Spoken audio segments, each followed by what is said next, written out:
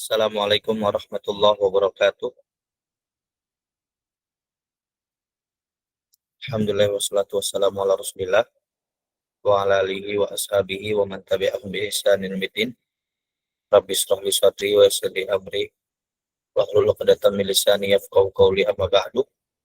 Eh, Ikhwah wal akhwat sekalian, eh, kita ucapkan pertama banget ya syukur dan puji kepada Allah Subhanahu wa taala berkat rahmat dan karunia-Nya kita masih dimudahkan oleh Allah Subhanahu wa taala untuk dapat sama-sama memurojaah ya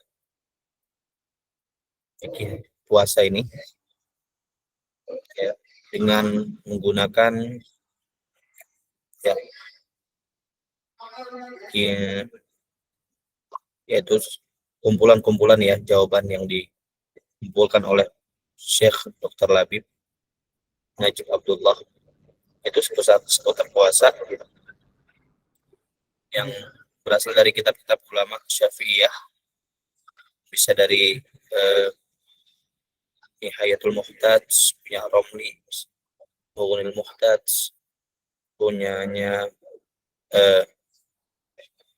Syarbini ya, kemudian Tuhfatul Muhtaj punyanya Al-Haythami dan semisalnya ya, yang insya Allah hari ini kita bahas ya 101 permasalahan, dan bersama saya permasalahan 1 sampai 25 ya, mulai dari jam 9 sampai jam 11 biidznillah ta'ala. Sebelumnya suara saya kedengeran? Alhamdulillah jelas Ustaz. Dengeran ya? Nah,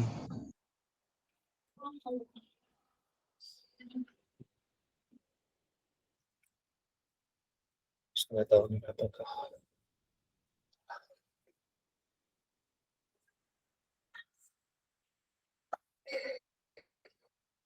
jelas. Alhamdulillah. Baik, kita mulai ya teman-teman sekalian.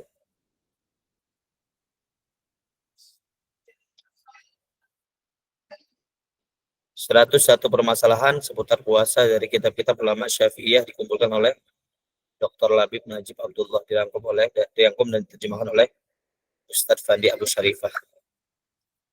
Baik, alhamdulillah ya, beberapa dari kita, Ustadz Fandi, Ustadz Rizky Ramdhani, Ustadz Fandi, saya, kita banyak belajar dari Syekh Labib Najib. Saya pribadi banyak belajar beberapa kitab ya dari Syekh Labib ya, di antaranya Fathul Qorib ya, kemudian Muskatul Kautsariyah, kemudian Al-Khulasah fi Ushul Fiqh juga ya. Goya Takrib juga saya selesaikan bersama beliau ya. Jadi Masya Allah beliau di antara guru-guru kita semua dan menjadi panutan kita dalam bermadhab Syafi'i di Indonesia. Beliau asalnya dari Yaman ya. Beliau asalnya dari Yaman. Alhamdulillah sekarang menetap di Indonesia ya. Di Jawa Tengah, saya lupa nama kotanya. Baik, kita masuk ya permasalahan pertama. Tapi sebelum kita masuk, saya jelaskan bahwasanya syariat puasa itu dimulai pada tahun 2 Hijriah ya. 2 Hijriah bertepatan pada tahun Perang Badar juga ya. Bertepatan pada tahun Perang Badar juga.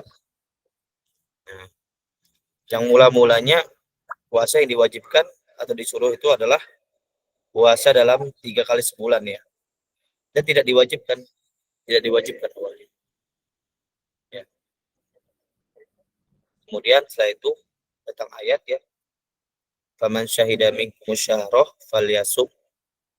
Maka setelah itu jadi puasa, wajib puasa. Itu puasa Ramadan 30 hari atau 1 bulan ya. Baik.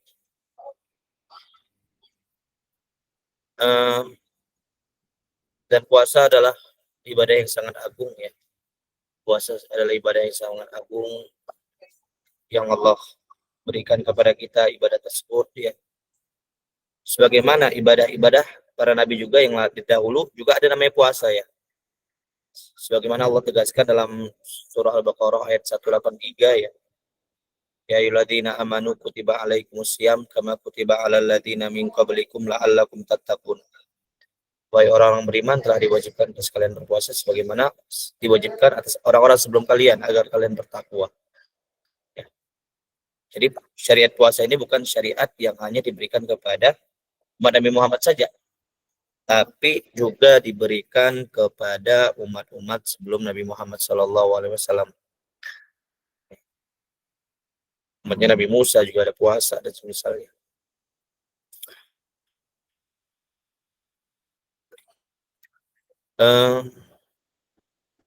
Kemudian ya, puasa di antara ibadah-ibadah yang dapat melatih kita, yaitu mengurangi kita dari syahwat yang tidak baik ya. Bahkan puasa dijadikan solusi bagi para pemuda yang ingin menikah tapi nggak mampu. Sebagaimana dalam hadis Ibnu Abbas ya, radhiyallahu anhu, Rasulullah SAW mengatakan, ya gulam, ya ma'syarasy syabab, wahai para pemuda, man istata'a minkum man istata'a minkum man istata'a minkum an yatazawwaj falyatazawwaj.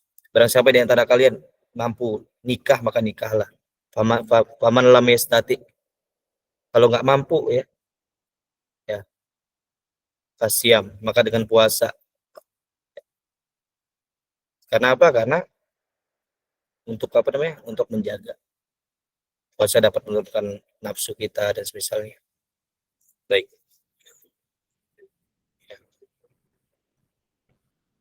Dan dalam hadis juga ya, sebagaimana Rasulullah mengatakan ya, puasa itu adalah perisai. Ya, puasa adalah perisai ya. Perisai dari kejahatan kita. Dengan perut kita lapar, dengan perut kita itu tidak banyak terisi, maka nafsu kita bakal turun. Dikarenakan jiwa kita atau nafsu kita itu normalnya setelan awalnya adalah mengajak kepada keburukan. Ya, sebagaimana Allah mengatakan innan nafsa la'ammaratun bisu. Sungguhnya jiwa itu atau nafsu itu ya normalnya mengajak kepada keburukan. Jadi itu kurang lebih ya buat teman-teman mengenai beberapa puasa ya.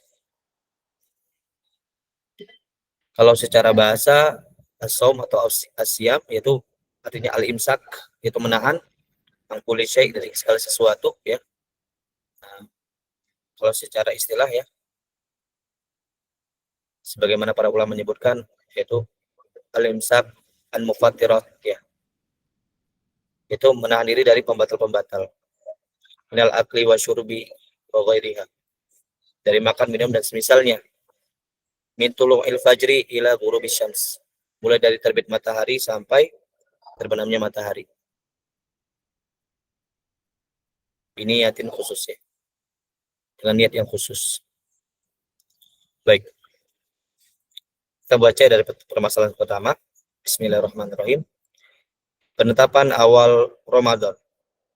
Sebelum kita puasa ya, kita harus tahu dulu nih, dengan apa seseorang itu boleh berpuasa. Ada ya dua penetapan ya.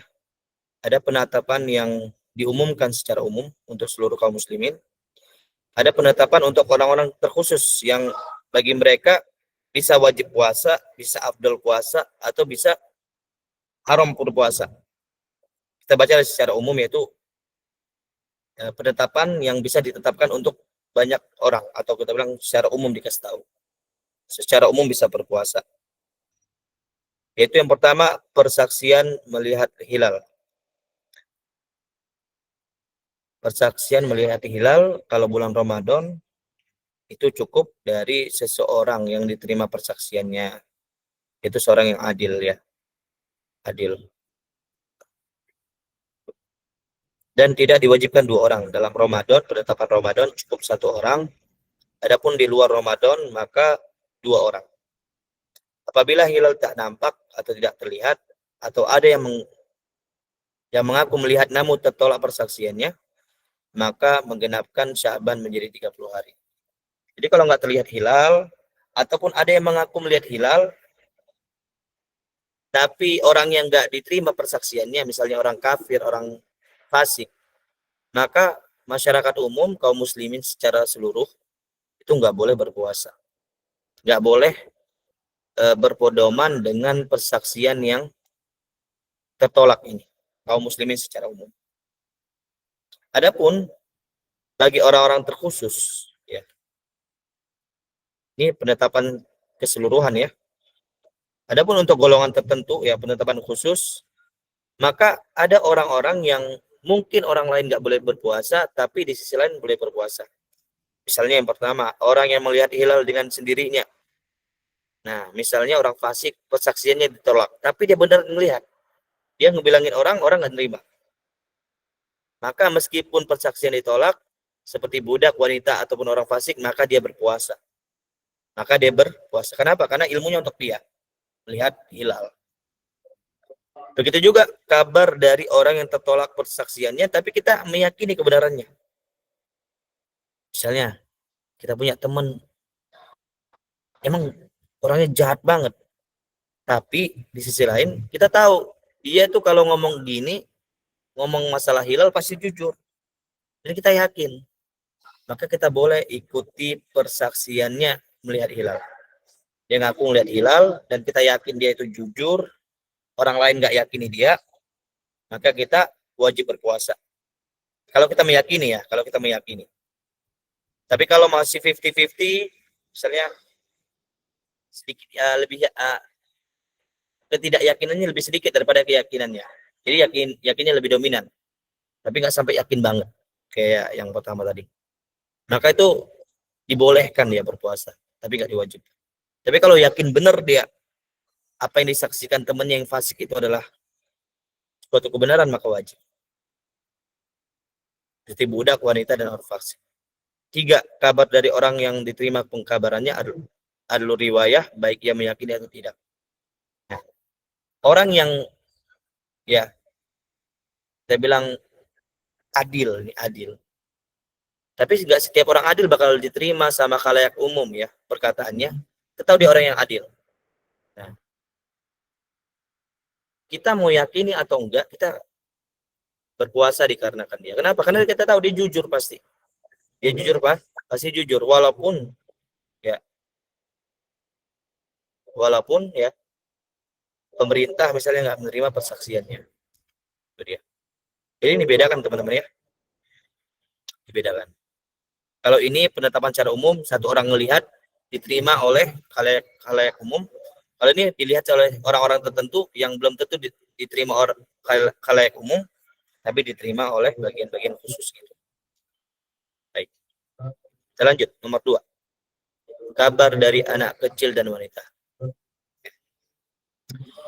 Kabar dari anak kecil dan wanita, apabila ada anak kecil dan atau wanita yang mengaku melihat hilal, apakah yang mendengarnya wajib berpuasa? Ini dia, seperti saya katakan tadi.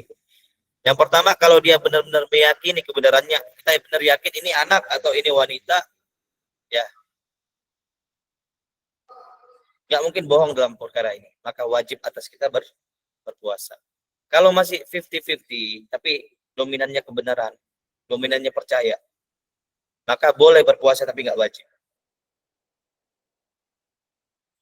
Yang ketiga, jika meragukan, artinya ketidakyakinannya lebih besar daripada keyakinannya, maka haram baginya berpuasa. Haram baginya berpuasa. Ya. Jadi kita juga kalau mendengar berita-berita hilal itu harus apa namanya? Harus tahu nih yang dipilih adil enggak. Tapi insya Allah ya, setahu saya ya, pemilihan orang-orang yang melihat ru'yatul hilal itu orang-orang yang dibuat adil ya. Insyaallah taala. Baik, lanjut. Permasalahan 3. Kita pertanyaannya setiap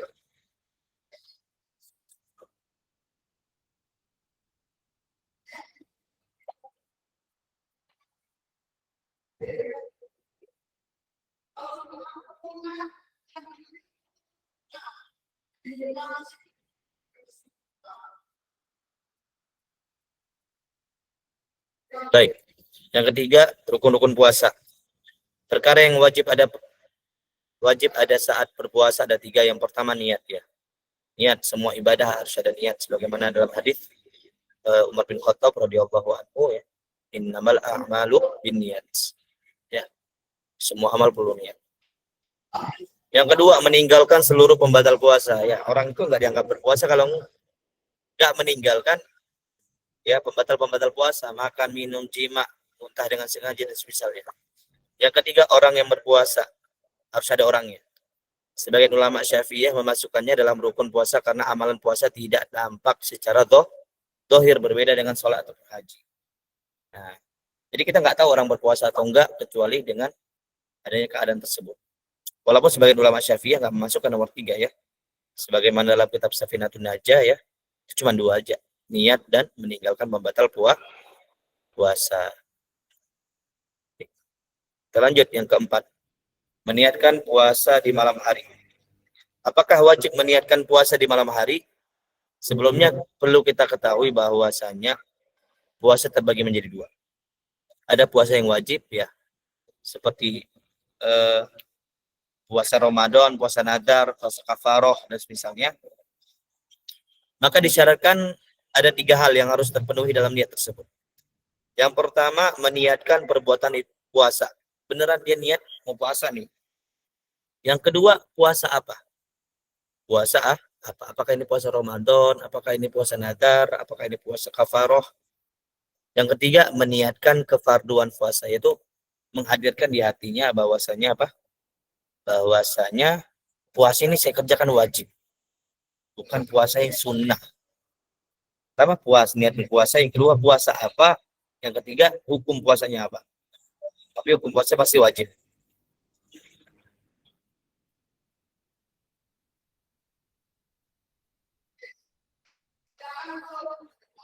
Baik.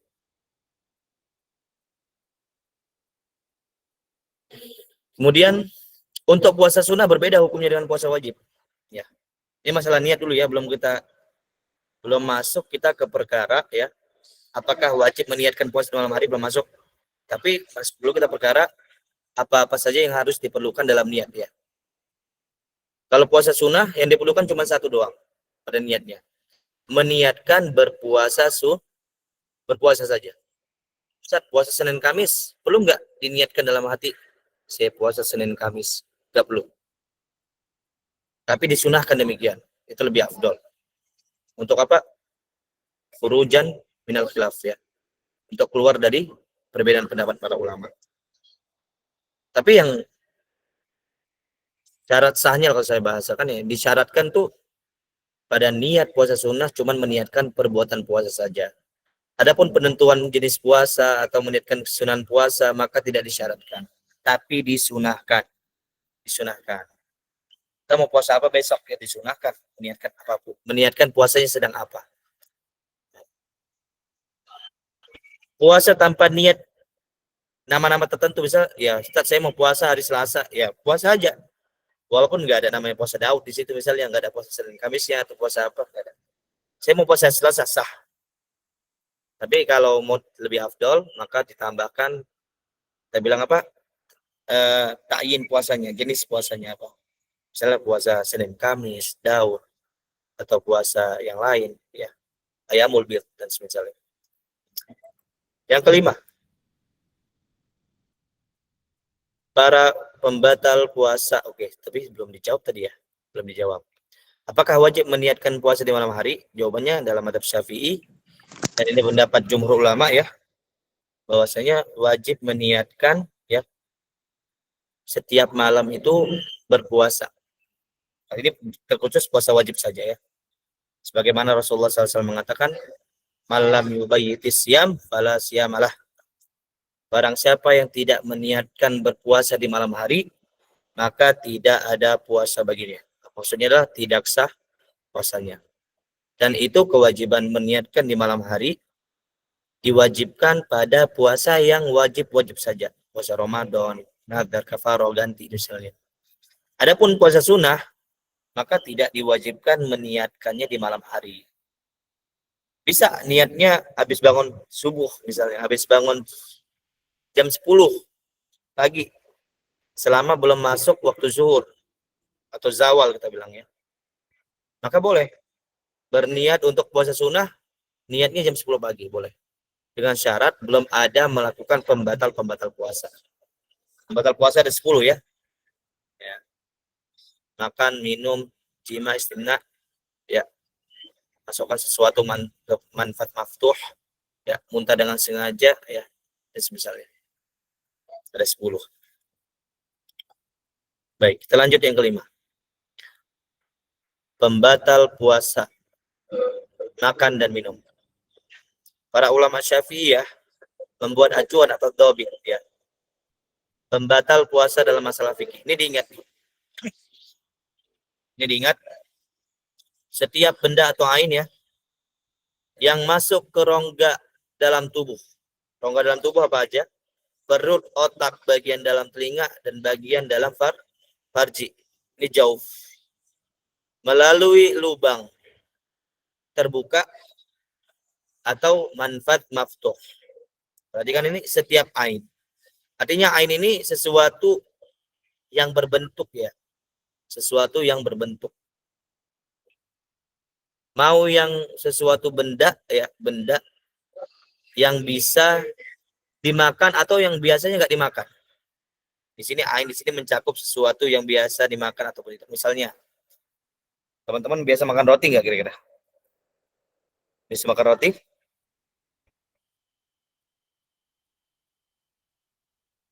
Halo, suara saya kedengeran? Biasa makan roti nggak? Iya biasa Ustaz, alhamdulillah. Biasa dong, alhamdulillah makan roti.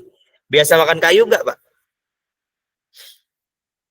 Lah, Ustaz. Enggak, Pak. Enggak dong. Mau makan roti ataupun makan kayu, ya. Kalau masuk ke dalam rongga tubuh atau dari manfaat maftuh, maka batal puasanya. Ustaz, saya nggak makan besi, tapi saya normalnya manusia nggak makan besi. Tapi saya telan besi, batal nggak puasanya?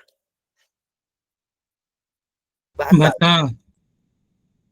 Yang jadi problem itu, ya, tes suara saya dengar? Dengar Ustaz. Oke. Yang jadi problem itu bukan masalah kenyang atau enaknya. Yang jadi problem itu dalam puasa adalah masuk atau kagak sesuatu itu ke rongga tubuh kita atau jauh kita. Itu dia. Jadi jangan terkecoh. Ah, Ustaz nih, saya kan nggak makan, Ustaz, cuman ngemasukin doang nih. Ya enggak. Yang penting masuk sesuatu. Mau kenyang, mau enak kagak, yang penting masuk. Dia. Kemudian setiap benda ain yang masuk ke rongga tubuh. Apa aja rongga tubuh? Ada 4. Yang pertama perut. Ini tujuan yang sering ya. Perut. Yang kedua otak. Yang ketiga bagian dalam telinga. Yang keempat bagian dalam farji. Ini 4 ya rongga dalam tubuh. Tujuan akhir dari setiap lubang-lubang kita. Setiap lubang-lubang di tubuh kita. Melalui, nah ini tujuannya, tapi melalui mana? Melalui lubang terbuka atau manfaat maftuh. Apa aja manfaat maftuh? Mulut, hidung, telinga, lubang dubur, lubang farji, yaitu kelamin ya. Adapun mata tidak termasuk. Mu'tamad madhab, mata tidak termasuk. Nanti kita bahas apakah pakai tetes mata membatalkan wudhu atau tidak ya. Nah. Jadi kapan masuk ke dalam perut ini batal? Kapan masuk ke otak batal? Ketika melalui manfaat maftuh. Jika tidak melalui manfaat maftuh, maka tidak batal. Maka tidak batal. Oke, saya kasih misal. Seseorang ya tidak sengaja tenggorokannya, naudzubillah min dzalik ya, tenggorokannya kemasukan selang nih. Tiba-tiba lagi kerja kena nih, masuk selang tenggorokan. Oke. Masuk, dia di selang itu keluar air. Kemudian dengan cepat dicabut. Kira-kira batal nggak wudhu? Ya batal nggak puasanya? Tidak. Kenapa tuh Mbak Siti Hanum? Karena tidak lewat manfas maftuh, Ustaz. Bagus. Kalau ada seseorang nih menusuk lambungnya, kemudian keluar lagi, batal nggak puasanya?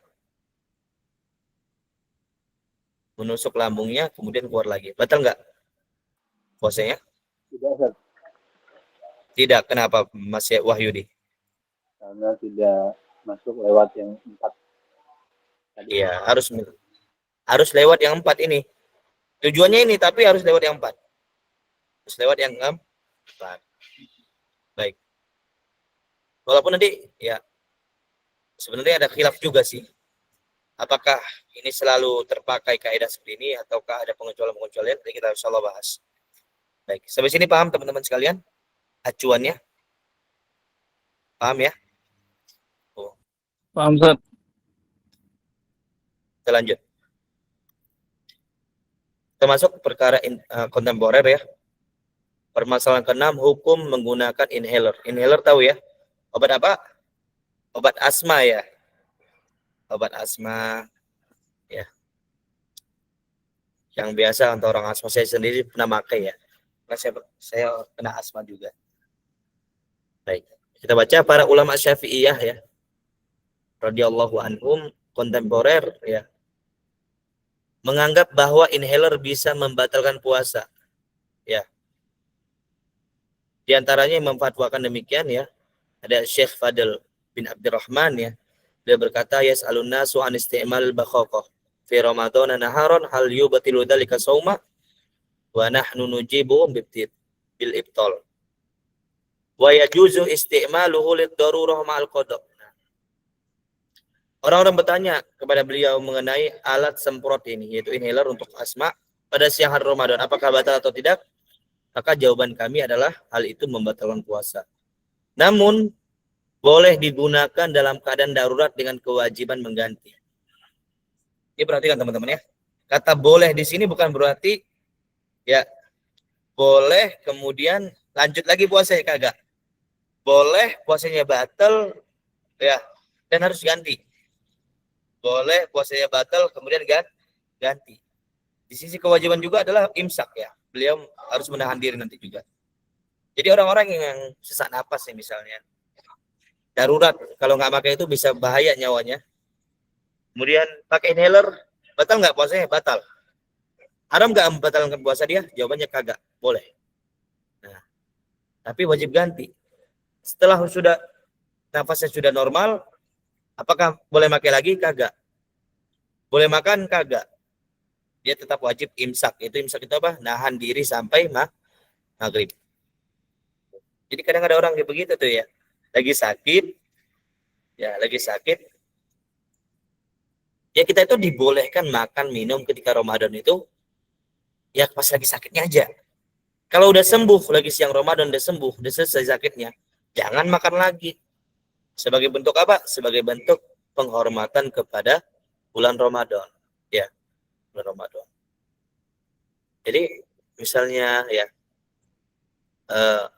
mbak-mbak yang walaupun nanti hukumnya beda-beda ya, ada yang sunnah, ada yang wajib ya, maka tetaplah tahan dirinya untuk makan minum kalaupun sudah selesai penyakitnya. Kalau penyakitnya udah hilang full, maka wajib nahan diri ya. Karena sebagai bentuk penghormatan kepada bulan Ramadan. Begitu juga Syekh ya. Kenapa nih kasih tahu alasannya beliau sama beliau? Di anad dawa wasatal bakhaqah ainun sa'ilun tabakhuruhu al-alatu indal istihmal ya. Karena obat itu di dalamnya, karena ada obat di dalam alat semprot tersebut. Apa itu? Yaitu zat cair yang diuapkan oleh alat saat digunakan. Jadi dalam inhaler itu ada air. Air yang memang untuk merendahkan asma. Begitu juga ya. Syekh Nuh Al-Qudoh ya. Yaitu Syekh Nuh, seorang qadhi di Yordania. Dia mengatakan memakai inhaler ya akhdul baqa antarikil amfi abul fami muftir. Memakai inhaler melalui hidung atau mulut membatalkan puasa. Karena obat pada pengobatan tersebut dimaksudkan untuk sampai ke paru-paru, dan keduanya termasuk bagian dalam tubuh ya. Paru-paru, tenggorokan, mulut semua. Baik, kita lanjut. 7. Permasalahan perokok. Baik, sebelum kita masuk ke 7, saya kasih 5 menit untuk bertanya. Dipersilakan. Di perkara 6 tadi. Setiap 6 perkara, kita 5 menit untuk jawab. Izin bertanya, Ustaz. Silakan, Mas Wahyudi. Terkait yang pembatal puasa, apa saja yang masuk lewat 4 jalur tadi itu disepakati semua mazhab atau hanya Syafi'iyah saja? Kalau yang dianggap apa tadi manfaat maftuh, maka beda-beda ya, beda-beda. Ada yang mengatakan jalurnya cuma dari apa? Dari mulut saja, ya, dari mulut dan hidung, ya. Ada yang mengatakan yang lain. Kayak mata sendiri itu beda-beda. Syafi'i sendiri itu ada beda-bedanya. Ada yang mengatakan mata nanti termasuk juga, ya, manfaat maftuh. Ada yang kakak, tapi mu'tamad madzhab Syafi'i sebagaimana kami jelaskan. Mas.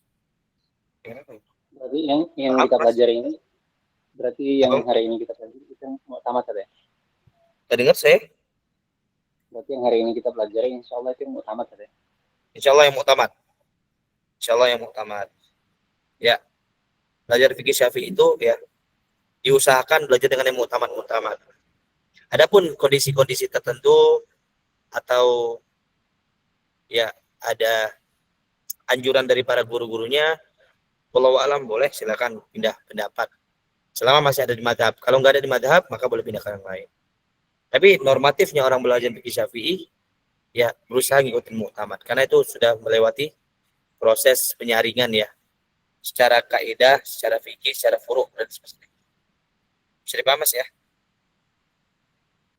Insya Allah paham, Ustaz. Apa ya?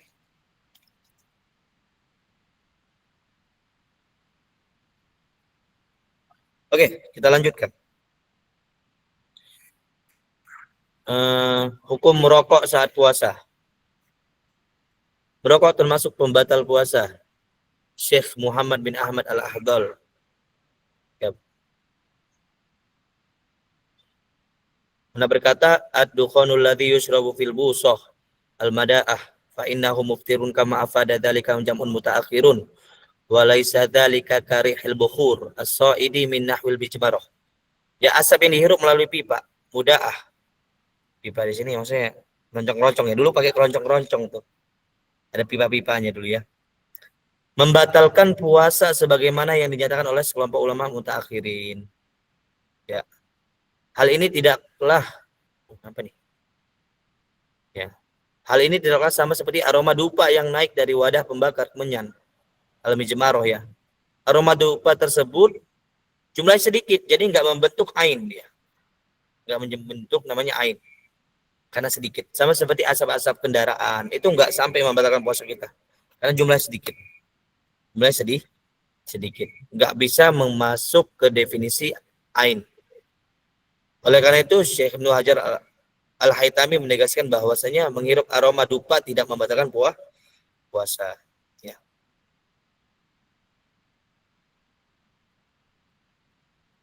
Nah, berbeda dengan asap yang naik dari pipa, yaitu keroncong rokok ya. Karena ia menghasilkan zat nyata, yaitu berupa kotoran yang menumpuk dan dapat terlihat jelas. Maka tidak halal ya. Tidak halal bagi orang yang berpuasa untuk menghisapnya. Bahkan ya semoga Allah membalas dengan setimpal orang-orang yang membuat bid'ah rokok ini. Salah satu hal yang banyak merugikan manusia sekarang ini rokok ya. Kesehatan, ekonomi, merusak rumah tangga. Maka siapa aja yang memulainya banyak banget tuh dosa jariahnya. Jadi usahakan teman-teman, hindari rokok itu ya. Nggak usah masalah puasa doang dah. Di rumah tangga hindari rokok itu. Ya. Tidak ada guna itu bagi saya rokok. Ya. Saya nggak pernah rokok. Saya kayaknya yakin nggak ada guna rokok itu ya.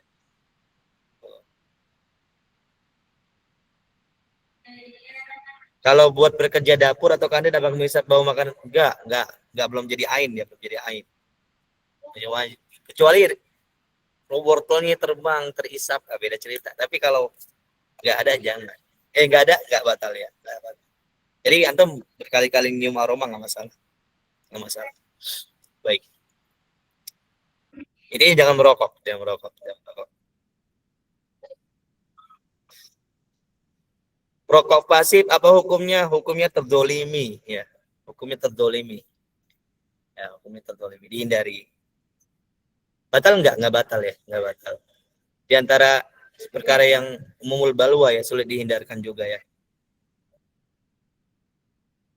Suntikan vitamin melalui pembuluh, apakah membatalkan? Insya Allah kita bahas nanti, suntikan vitamin.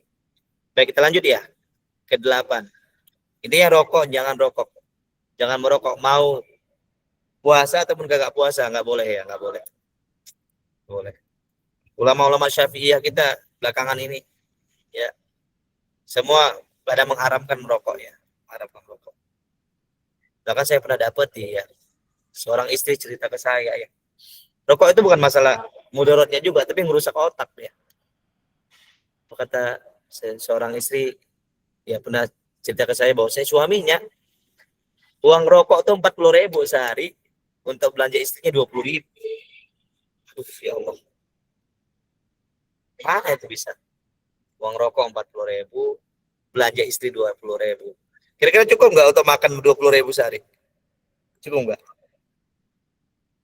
Cukup nggak teman-teman? Yang sudah jadi istri cukup nggak kira-kira?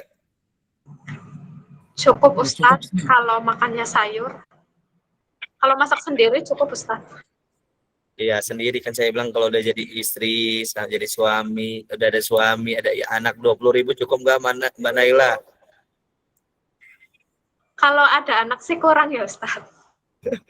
Mbak Naila udah nikah rupanya belum kan? Udah nikah belum? Sudah Ustadz.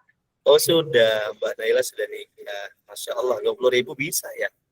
Boleh nanti di share resepnya mungkin ya. Oke, kita lanjut. Permasalahan ke-8, supositoria, enema dan endoskopi ya. Ini alat-alat kontemporer semua ya. Batalin nggak kita baca? Yang pertama supositoria ini ya, segala sesuatu yang masuk melalui kemaluan depan. Keteter biasanya bahasanya sekarang. Keteter. Mau dia kemaluan laki-laki atau perempuan yang biasa untuk menampung kencing ya. Biar kencing nggak melebar kemana-mana, jadi dimasukin ke lubang ya kemaluannya. Atau yang kedua ada namanya enema ya, yang biasanya ambeien begini, masukin ke dubur ya. Atau endoskopi lambung yang dilakukan melalui mulut, bisa masuk mulut. Atau untuk wanita hamil namanya apa? Yang hamil masukin ke dalam farji juga tuh. Ada yang pernah? Saya nggak tahu ya. Pokoknya pernah saya ngisi pengajian di rumah sakit ya. Itu ada saya lihat satu alat tuh untuk masukin farji, untuk melihat rahim yang masih kecil. Janin masih kecil tuh. Apa namanya? Itu semisal juga endoskopi, tapi ini endoskopi dari lambung ya. Kalau itu dari kemaluan wanita untuk melihat janin ya. Nah, seluruhnya membatalkan puasa karena merupakan zat fisik ain ya. Ain semua nih, berbentuk yang sampai ke rongga tubuh melalui lubang yang terbuka. Lubang terbuka. Tuh, makanya nih bagi yang perawat, dokter ya. Kalau bulan Ramadan itu saya rekomendasikan buka prakteknya sore deh, ya sore. Apalagi yang ibu-ibu hamil. Nah, saya lupa namanya. Ya, untuk melihat janin tuh dari bawah itu tuh. Ditawarkan untuk ngelihatnya di malam hari, dibuka prakteknya malam hari. Biar apa? Biar nggak batal-batal tuh ibu-ibu yang hamil tuh. Kecuali USG-nya dari luar ya, tapi kalau USG transvagina dari dalam, maka itu saya rekomendasikan dibuka dalam malam hari. Ini bisa nih jadi bentuk ikhtiar bersama agar para muslimah yang lagi USG transvaginal ya, benar, nah, itu dia. Itu membatalkan puasa Bu, ya, membatalkan puasa. Jadi mbak-mbak yang lagi hamil, apalagi yang nikahnya sebelum Ramadan, kemudian ada garis 2-nya pas lagi Ramadan. Jangan periksa siang-siang. Cari rumah sakit atau klinik yang malam-malam buka. Malam-malam buka. Baik, kita lanjut ya. Syekh Muhammad Az-Zuhaili mengatakan ya, idza qattara fil ihlil au fi qubulil mar'ah fa innahu yuftir. Jika seseorang meneteskan sesuatu ke dalam saluran kencing atau kemaluan depan wanita, maka hal itu membatalkan puasa. Kita lanjut.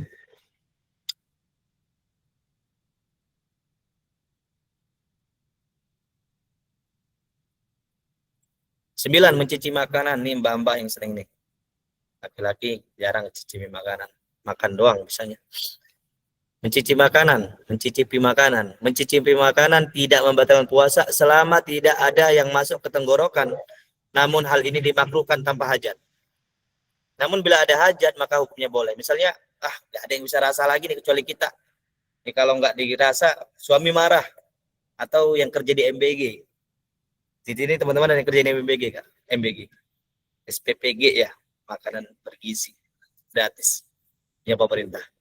Nah, ini kalau nggak dirasain lagi puasa nih, nggak ada yang rasa, aduh, bisa anak-anak bisa nangis rasanya keasinan apa. Ustaz gimana nih hukumnya? Ya silakan, ada hajat, mubah. Tapi kalau nggak ada alasan, cuman cicip-cicip doang, jangan. Ya, jadi yang kerja-kerja MBG nih santuy aja. Ustaz boleh nggak cicipin makan untuk persiapan MBG? Boleh, silakan.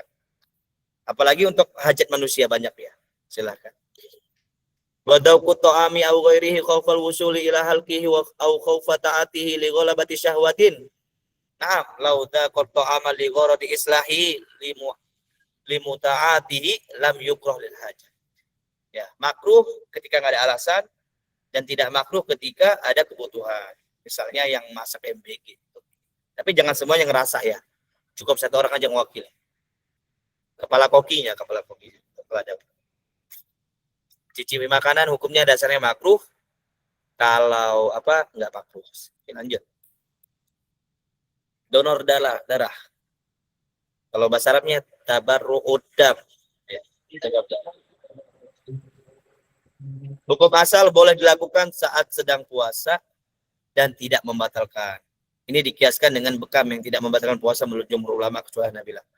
Kalau dalam mazhab Hambali batal bekam ya. Sebagaimana Rasulullah mengatakan, dan ini hadisnya mansukh ya, terhapus hukumnya. Ya. Aftara ya as-shaimu aftarul hajim wal mahjub. Ya. Batal orang yang lagi bekam dan dibekam, membekam dan dibekam. Ya. Tapi dalam mazhab Hambali, dalam mazhab Syafi'i enggak batal. Kenapa? Hadis tadi mansukh, dihapus hukumnya. Dianjurkan, disunahkan tidak melakukannya saat berpuasa, namun mengakhirkannya setelah buka. Buka puasa dengan donor darah mantap, berpahala. Tapi lebih bagus puasa dulu ya, karena mengganggu fisik nanti. Donor darahnya malam-malam deh, malam-malam. Makanya teman-teman yang punya rumah sakit, klinik, boleh tuh kalau boleh buka tuh lebih malam. Maksudnya bukanya siang ya atau sore, tutupnya jam 11 malam. Buka praktik malam untuk Ramadan. Keren banget itu. Ustaz, gimana tarawihnya? Itu kebutuhan hajat manusia didahulukan daripada ibadah-ibadah pribadi. Tarawih bisa dimalamkan lagi soalnya. Saya kalau punya rumah sakit begitu saya buat. Tuh nih, ngapain nih? Afwan, anak izin keluar karena ada keluhan mendadak. Silakan, Mbak. Silakan. Saya pernah menasihatkan salah satu klinik ya di rumah sakit, di klinik di BSD untuk buka praktek malam di Ramadan agar apa ya? Agar banyak kaum muslimah itu, para muslimah yang terbantu, yang mau USG transvaginal dan misalnya, yang mau suntik, yang mau apa, biar keluar dari khilaf semua, perbedaan pendapat biar selesai semua. Donor darahnya malam hari, ya mantap. 11. Hukum krim kulit ya.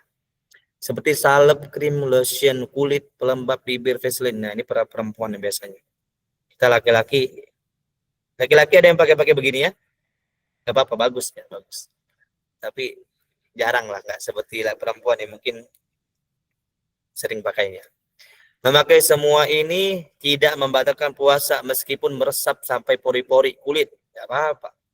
Kenapa? Karena nggak masuk dari mana? Ayo. Apa alasan nggak batal? Berdasarkan kaidah tadi. Tidak masuk ke tenggorokan. Apa Mas Nofrizal? Tidak masuk lewat tenggorokan. Karena nggak dari manfaat maftuh. Benar. Keren. Imam Nawawi mengatakan, fala yadurru sulul duhni bitasyarrubil masam wal iktihal wa in wajada ta'mahu bihalqih. Ya, krim-krim, lotion nggak membatalkan puasa ya. Walaupun ya ada rasa-rasa yang tenggorokan. Salep sariawan di lidah bagaimana? Kalau nanti kita bahas. Nanti diingatkan lagi, Mas. Ada pembahasannya. Insyaallah ada pembahasan mengenai salep.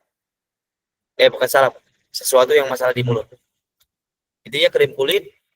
Ini mungkin kalau ngerasa tenggorokan mungkin krim kulitnya di leher ya. Ada hangat-hangatnya mungkin dari luar.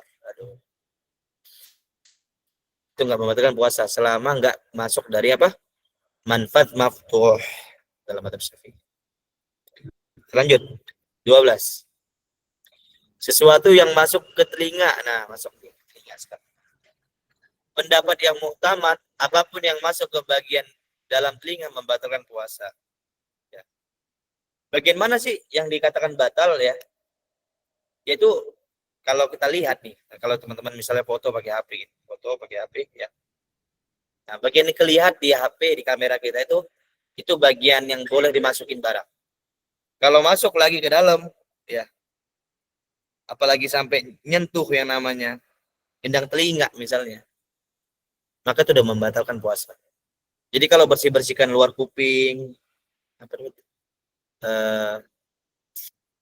daun telinga, no problem. Tapi kalau masukin ke dalam pakai cotton bud, maka bisa membatalkan sampai ke kedalaman tertentu ya. Kedalaman tertentu. Secara saintis saya nggak bisa memastikan ya. Tapi intinya kalau kita terlihat dari luar, maka itu nggak masalah masuk. Tapi kalau masuk ke dalam sesuatu yang nggak kelihatan lagi di kuping kita, maka itu membatalkan. Dan ini kita disebutkan oleh Khatib Asy-Syirbini dalam kitab Mughniul Muhtaj, wa taqtiru fi batinil udhuni wa illam yasil ila dimaghi. Dan membatalkan puasa meneteskan sesuatu ke dalam lubang telinga meskipun hal itu tidak sampai ke otak. Ya. Nah, ini ada khilaf ya, ada perbedaan pendapat ulama, tapi muktamadnya membatalkan ya. Namun sebagian ulama diantaranya Abu Ali As-Sanji ya dan Al-Ghazali berpendapat bahwasanya hal ini tidak membatalkan puasa.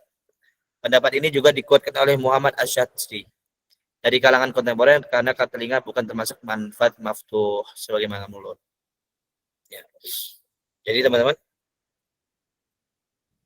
sebagian ulama ada mengatakan telinga itu manfaat maftuh, sebagian kagak. Tapi dalam pendapat muktamad kita, ya, bahwasanya telinga termasuk manfaat maftuh. Lanjut. 13. Sesuatu yang masuk ke mata. Nih, tadi ada yang nanya kan, tetes mata kan?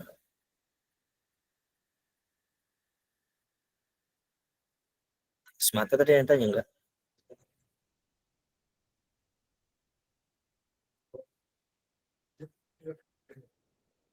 Oke. Sesuatu yang masuk ke mata, ya. Insto misalnya. Pendapat yang kuat, yang muktamad pondasi kita dalam madzhab Syafi'i ya. Dalam madhab adalah bahwa mata bukanlah lubang terbuka yang menuju ke rongga dalam tubuh. Oleh karena itu orang yang berpuasa tidak batal puasanya. Oleh karena itu orang yang berpuasa tidak batal puasanya dikarenakan masuk tetesan ke matanya.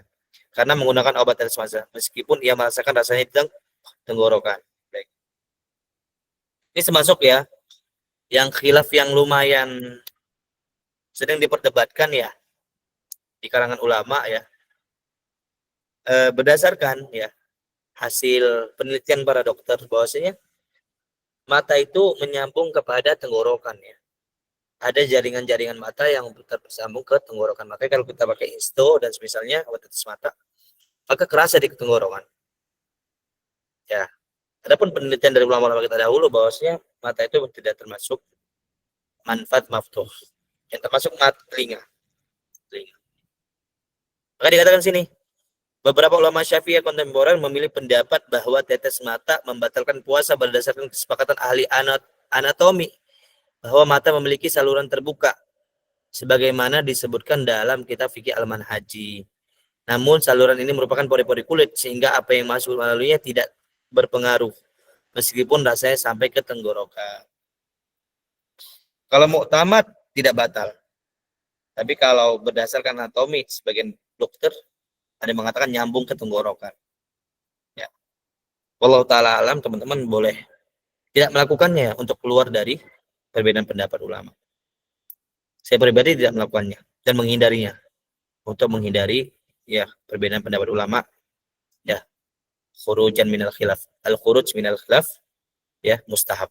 Keluar dari perbedaan pendapat ulama adalah sesuatu yang dianjurkan. Ya kita para awamers segini ya teman-teman, para awam itu ya kalau boleh nyari pendapat yang aman-aman deh. Sebagai bentuk apa? Kalau ulama beda pendapat karena keilmuan mereka. Kita beda pendapat, kepengen ngambil pendapat-pendapat gak sesuatu yang mungkin mudah atau apa. Ya, dengan alasan apa? Ya nggak ada kan. Nggak ada masalah, nggak ada hajat. Ya lebih bagus kita ngambil pendapat yang aman-aman saja. Baik, kita masuk ke 14. Permasalahan jarum suntik.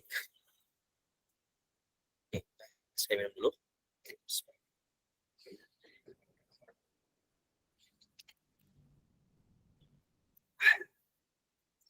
Hukum jarum suntik ada 3 pendapat. Saya bacakan muktamad dulu. Yang muktamad yang dikuatkan oleh Syekh Hasan itu ya, kitabnya adalah Al-Khulasah fi Ushul Fiqh ya. Masya Allah sangat bagus itu kitab. Dan saat ini saya menganggap itu buku usul fikih yang paling ringkas dan lumayan lengkap. Paling baik saat ini. Enak untuk dibahas, nggak terlalu lama juga dibahas, dan pembahasannya lumayan lengkap. Sebagaimana dikatakan oleh beberapa ulama, selaras juga ya pendapatnya demikian. Dan pendapat muktamadnya tidak membatalkan hukum jarum suntik. Sebagaimana dikatakan beliau, al-huknatul adoliyah ya. Awillati takunu fil warid aw ma yusama bil ibrah fa innahu yajuzu at-tadawi biha fi nahari ramadhan lis-shaim wa bi kulli anwa'id dawa ya.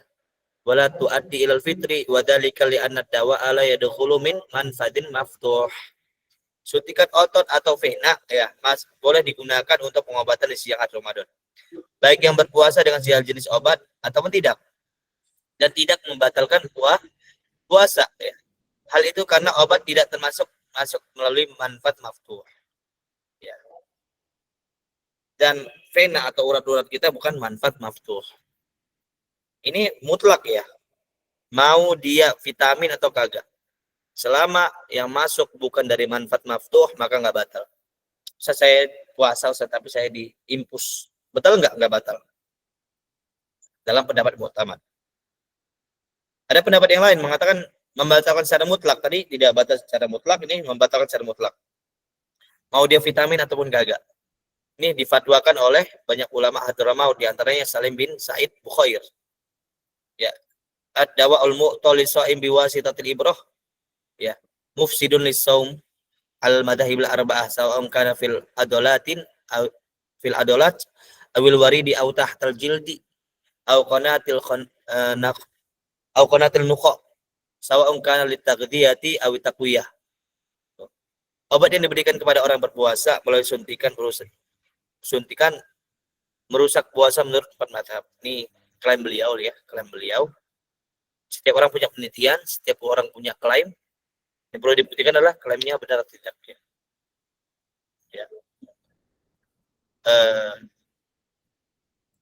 Jadi perlu diteliti kembali ya.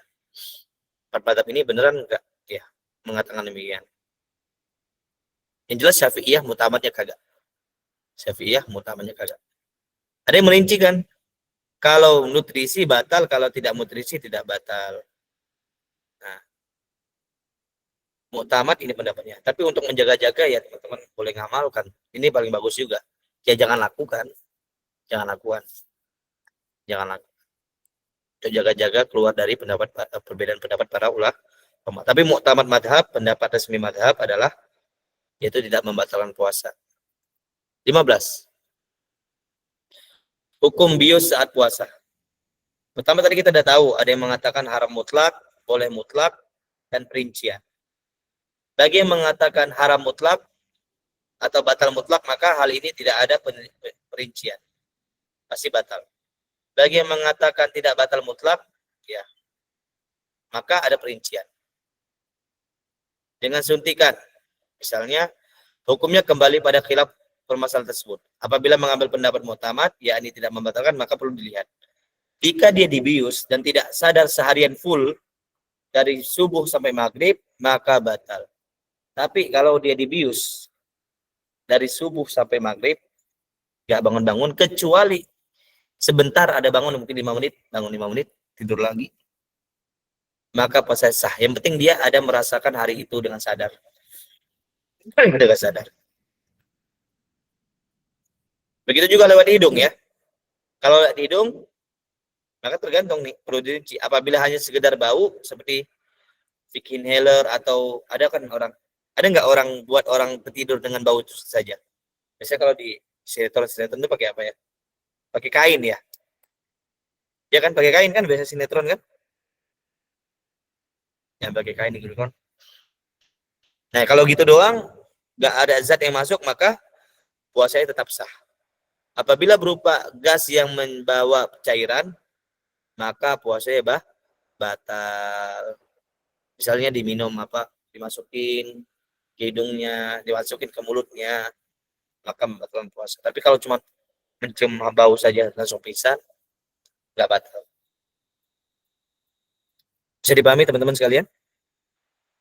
Boleh nanya, San? Paham? Boleh nanya nggak, San? Oh silakan. Sudah 15.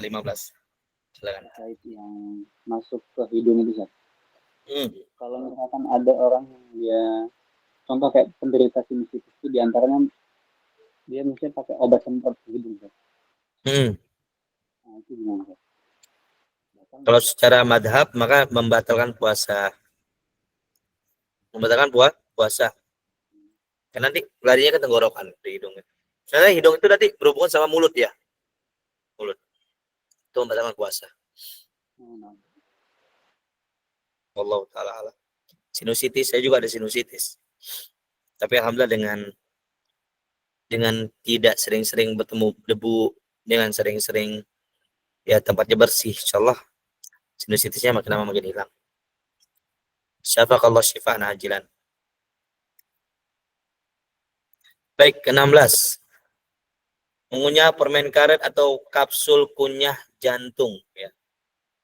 Saya pribadi belum tahu ya kapsul kunyah jantung gimana. Teman-teman ada yang pernah coba kapsul kunyah jantung? Itu tuh apa? Emang untuk obat jantung atau gimana? Saya kurang tahu juga sih.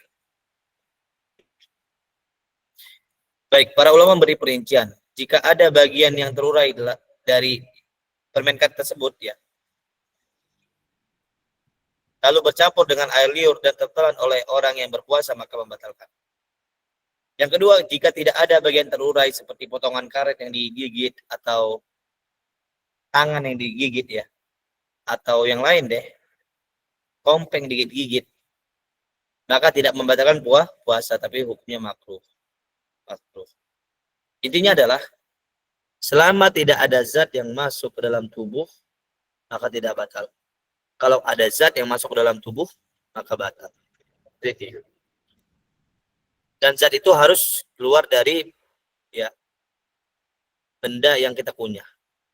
Ada zat yang terurai, misalnya kalau permen karet kan ada sari-sarinya yang keluar, kemudian bercampur dengan air liur kita, kemudian kita telan, itu batal. Tapi kalau hanya misalnya karet biasa kita gigit, tidak ada keluar zat apapun, maka nggak batal puasa. Baik, ke-17. Teman-teman sini ada yang bertanyakan sebelum kita lanjut lagi? Takutnya kecepatan nih. Saya capek juga sebenarnya. Ada yang mau tanyakan teman-teman? Baik, kita lanjut ya. Kayaknya udah terjawab semua. Permasalahan ke-17. Yaitu alqad dan as-sammah ya. Alqad adalah tanaman perdu ya, Chata edulis, yang daunnya biasa dikunyah wilayah semenanjung Arab. Sammah adalah campuran tembakau bubuk yang biasa diletakkan di bawah bibir atau di dalam mulut. Perincian masalah ini hampir sama dengan sebelumnya. Jika ada bagian darinya yang terurai lalu bercampur dengan air liur dan tertelan maka batal. Jika tidak ada dan tidak sampai tertelan maka tidak batal. Sebenarnya problemnya adalah masalah tertelannya. Kalaupun ada rasa, kalau nggak tertelan itu nggak masalah. Sama kayak tadi apa? Rasa makanan. Ya. Dan kadang saya, nih teman-teman ya, ngerasa makanan ketika nyicip makanan itu nggak perlu begini. Bisa buang, enggak. Ambil, itu dibuang, habis itu cuci mulut. Biar lebih kerasa zatnya, yang kurangnya apa. Kalau cuman pakai ujung lidah saja ngerasanya, itu kadang kurang tepat juga rasanya. Jadi nggak apa-apa diguncang-guncang di mulut selama nggak telan. Itu dibuang. Kalau selama ada hajat ya. Kalau tidak ada hajat, hukumnya makruh. Hukumnya makruh. Sebagian teman-teman ada ketika puasa pakai sistem mana ngerasa ya. Pakai ujung lidah saja habis itu dicuci atau sampai diguncang-guncang di mulutnya juga. Apa Ustaz, kalau sikat gigi gimana? Sikat gigi nggak masalah. Sikat gigi nggak masalah, tapi makruh setelah zawal, itu setelah zuhur. Ya, jangan sampai ketelan. Jangan sampai ketelan. Kita lanjut. Tapi ini kita bahas nih. 18. Hukum berenang. Masya Allah. Bisa membatalkan puasa jika air sampai masuk ke dalam tenggorokan, hidung atau bagian dalam telinga meskipun air tersebut masuk tanpa sengaja. Nah, untuk problem-problem ya mengenai air ya, ini agak beda ya dengan yang lainnya. Karena Rasulullah tuh udah bilang ke kita bahwasanya baliku fil istinsyaq illa an takuna shahiman. Bersemangatlah kalian atau bersungguh-sungguhlah kalian untuk kumur-kumur ya dan bersihkan hidung kecuali ketika dalam keadaan puasa. Artinya ketika puasa tidak disunahkan untuk ya bersungguh-sungguh kumur-kumur dan cuci mulut, cuci hidung. Istinsyaq. Dari dalil itulah ulama mengatakan kalau perkara hidung dan mulut seperti itu ya, masalah air-air tadi, maka ketidaksengajaannya ya bisa membatalkan puasa. Yaitu ketika dia melakukan sesuatu yang besar yang bisa memungkinkan air itu masuk ke mulut atau hidungnya. Jadi intinya selama kita melakukan sesuatu perbuatan yang besar kemungkinan dapat memasukkan air ke mulut dan ke hidung kita, dan kita lakukannya dan terminum atau terhirup dengan tidak sengaja, maka batal. Bisa dipahami nggak teman-teman maksudnya? Paham nggak? Paham kira-kira? Paham, salah. Yang lain paham nggak yang saya maksud tadi? Paham Ustaz. Ini mbak-mbaknya paham? Bisa minta tolong diulang, Ustaz. Oke. Pertama ya, normalnya ketidaksengajaan dalam pembatalan puasa itu dimaafkan. Misalnya makan nggak sengaja, ya kan? Kemudian minum nggak sengaja, dimaafkan. Bahkan mau 2 piring nasi padang pun kalau nggak sengaja, dimaafkan. Sah puasa, lanjut.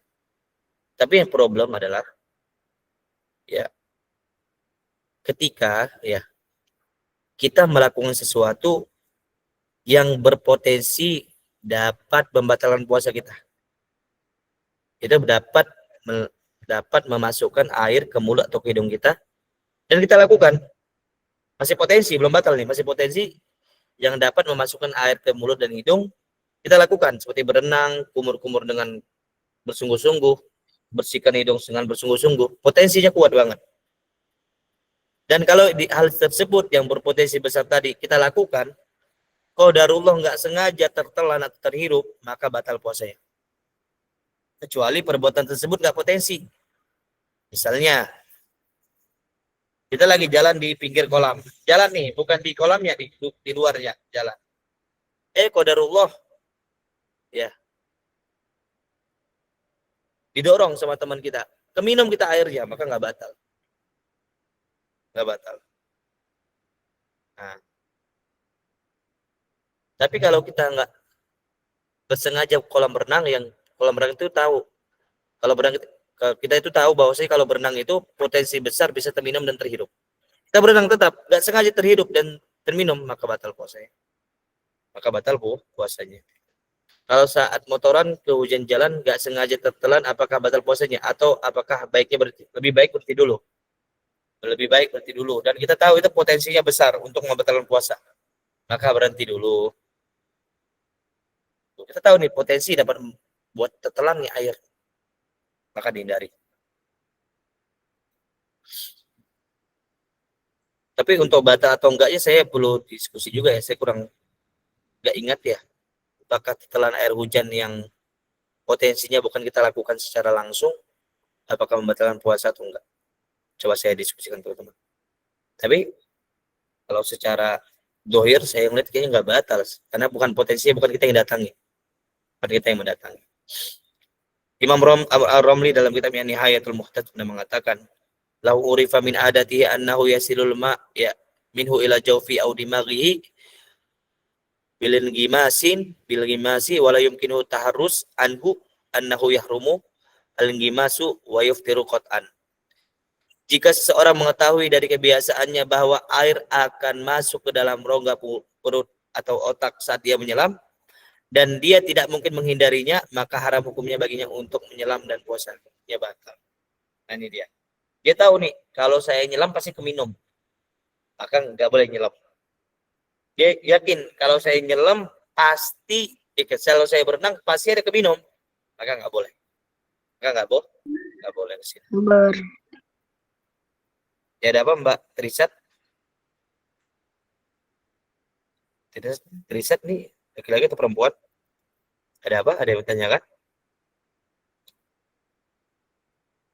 Tidak ada. Kita lanjut. Bisa dipahami ya Mbak Nailas? Safakoh, paham? Insya Allah, Ustaz. Jazakumullah khairan. Alhamdulillah. Lanjut ke 19. Pasta gigi. Ini pasta gigi. Tidak membatalkan puasa selama tidak ada sesuatu pun darinya yang masuk ke dalam tenggorokan atau tidak menelan air liur yang tercampur dengannya. Hukum pasta gigi sendiri ya, gosok gigi, siwakan lah. Itu sebelum zawal sunnah. Tapi kalau sudah lewat zawal itu mulai masuk waktu zuhur itu hukumnya makruh. Alasannya dapat menghilangkan bau mulut orang berpuasa. Karena mempertahankan bau mulut orang berpuasa itu sunnah ya. Sunnah. Tidak batal pakai gosok gigi dengan pasta. Pasta gigi. Selama apa? Selama tidak tertelan ke tenggorokan. Tidak tertelan ke tenggorokan. Abdullah bin Mahfud ya Al-Haddad menyampaikan, la yadurru dzalika ma'al muhafadzati alla yadkhula syai'un min nafsil ma'jun wala riq al-muqtaliti bihi wala yadurru baqa'un nakha li'annaha atharun lain. Hal itu tidak membahayakan puasa, yaitu tidak dapat membatalkan puasa, ya, disertai dengan upaya penjagaan agar jangan tercampur sampai ada bagian dari pasta gigi tersebut ya, maupun air liur yang tercampur dengannya nggak boleh. Selama kita yakin air liur tersebut nggak campur, nggak akan tertelan, maka no problem. No problem.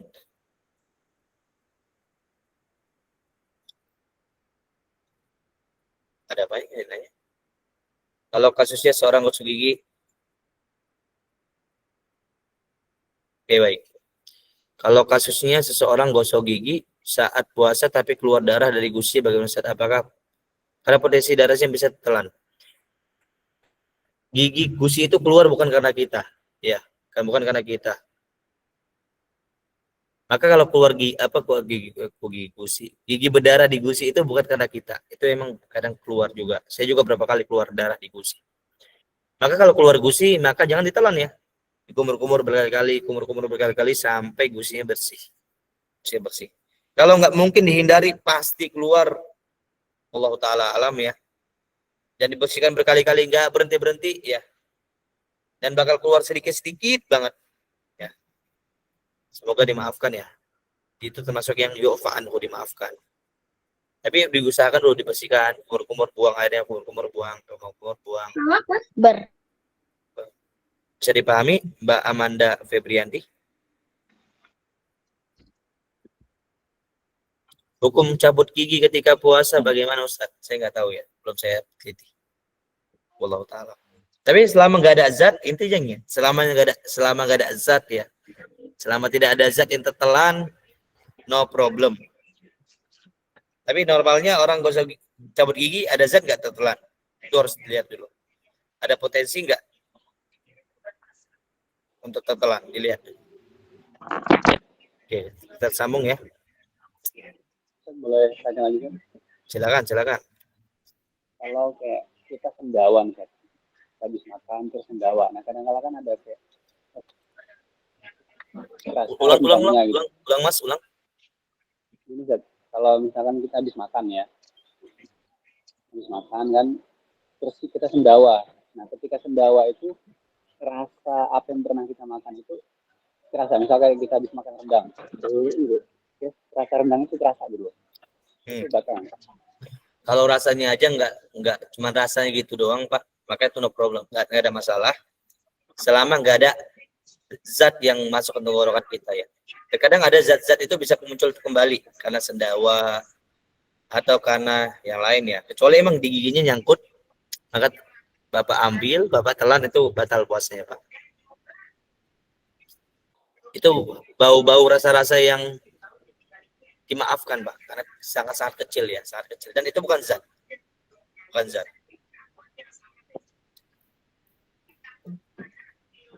Paham Pak Farhansyah Sutejo?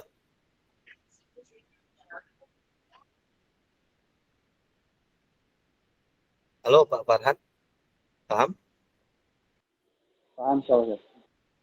Pak Wahyudi, salah saya sekali. Oke, kita lihat lagi kalau cabut gigi keluar darahnya Ustaz. Keluar darah itu potensi enggak? Ketika keluar darah itu potensi besar enggak untuk tetelan? Kalau emang potensi besar untuk tetelan dan sulit dihindari, maka ya wallahu a'lam ya.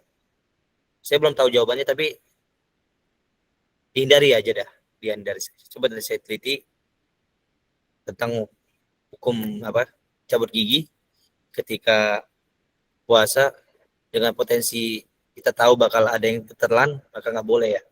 Tapi kalau dokter bilang nggak akan ada ketelan, kalau ada ketelan, itu beda cerita, dimaafkan. Tapi kalau dokternya bilang ini biasanya ada ketelan Pak, normalnya ada ketelan, maka nggak boleh ya. Ya silakan, tadi siapa? Mbak Trisat bukan? Yang siapa mau nanya tadi? Ada yang mau ngomong tadi? Silakan. Afwan Ustaz, hukum hirup. Tadi sudah. Mbak Kiswah tadi sudah. Nomor keberapa inhaler, teman-teman? Nomor 7 atau berapa tadi ya? 7 inhaler. Batalin puasa Mbak, inhaler. Batalin puasa. Baik. Tadi Mbak Trisat buka mic, ada apa Mbak? Atau ini siapa? Laki-laki? Perempuan? Baik, kita masuk ke nomor 20 ya. Obat pencegah haid. Seorang wanita boleh memakai obat penunda haid agar ia bisa puasa dengan sempurna di bulan Ramadan ya. Ya, dipersilakan, dibolehkan, hukumnya boleh, bukan sunnah ya, boleh. Dan harus pahami teman-teman ya, jalanin aja puasa itu dengan tabiat perempuan itu lebih bagus saya rasa. Dan teman-teman jangan mengira juga ya, ketika tidak puasa atau ketika tidak puasa nggak ada pahala, bukan. Ada pahala juga ketika nggak puasa. Apa pahala perempuan nggak puasa? Sering saya singgung berkali-kali. Apa pahala perempuan ketika tidak berpuasa? Niat tidak puasa karena haram untuk puasa. Dia tidak berpuasa karena dia mengikuti perintah Allah dan Rasulnya untuk tidak berpuasa ketika haid, ya kan? Ketika nifas, ya kan?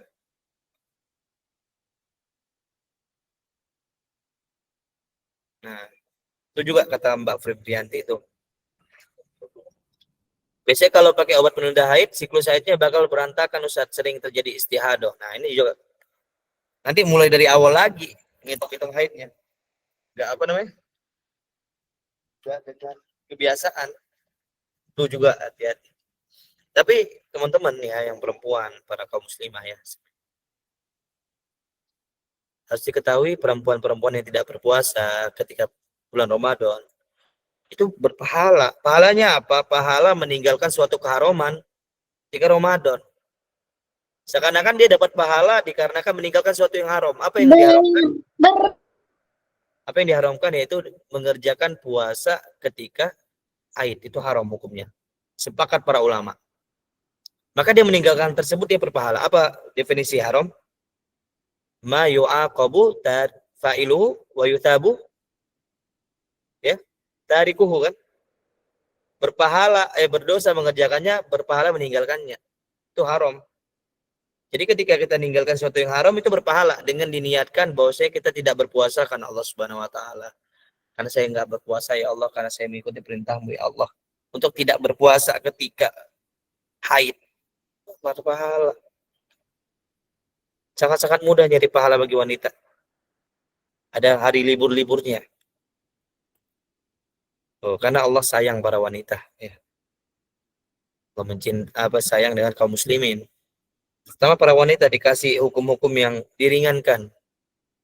Dikarenakan mereka juga Allah berikan beberapa kesusahan yang tidak dirasakan oleh para laki-laki, hamil, menyusui.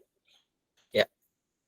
Allah berikan kelapangan syariat untuk tidak berpuasa dan tidak sholat di waktu-waktu tertentu. Ya. Di antara hikmah syariat kita ya. Allah itu maha adil. Ketika Allah memberikan satu sisi, Allah akan meringankan sisi yang lainnya. Innamal usri yusra ya. Innama'al usri yusra. Sungguhnya di balik kesulitan ada kemudahan. Bersama kesulitan ada kemudahan. Baik 21. Masuknya air ke rongga tubuh tanpa sengaja. Nah dia, perhatikan nih. Ini kaidah yang saya katakan, membatalkan secara mutlak, baik ia berlebihan atau tidak. Kapan seseorang itu dapat batal puasa ketika dia berlebihan atau tidak melakukan sesuatu? Ketika dia melakukan suatu hal yang tidak diperintahkan oleh syariat. Jika air masuk saat melakukan hal yang tidak diperintahkan secara syariat. Misalnya, berkumur-kumur itu disuruh 3 kali. Ya. Dia melakukan keempat kali, tapi normatif aja keempat. Enggak lebay. Qadarullah masuk ke mulutnya, ke tenggorokannya. Enggak sengaja, tapi dia melakukan kumur-kumur keempat kali, maka batal.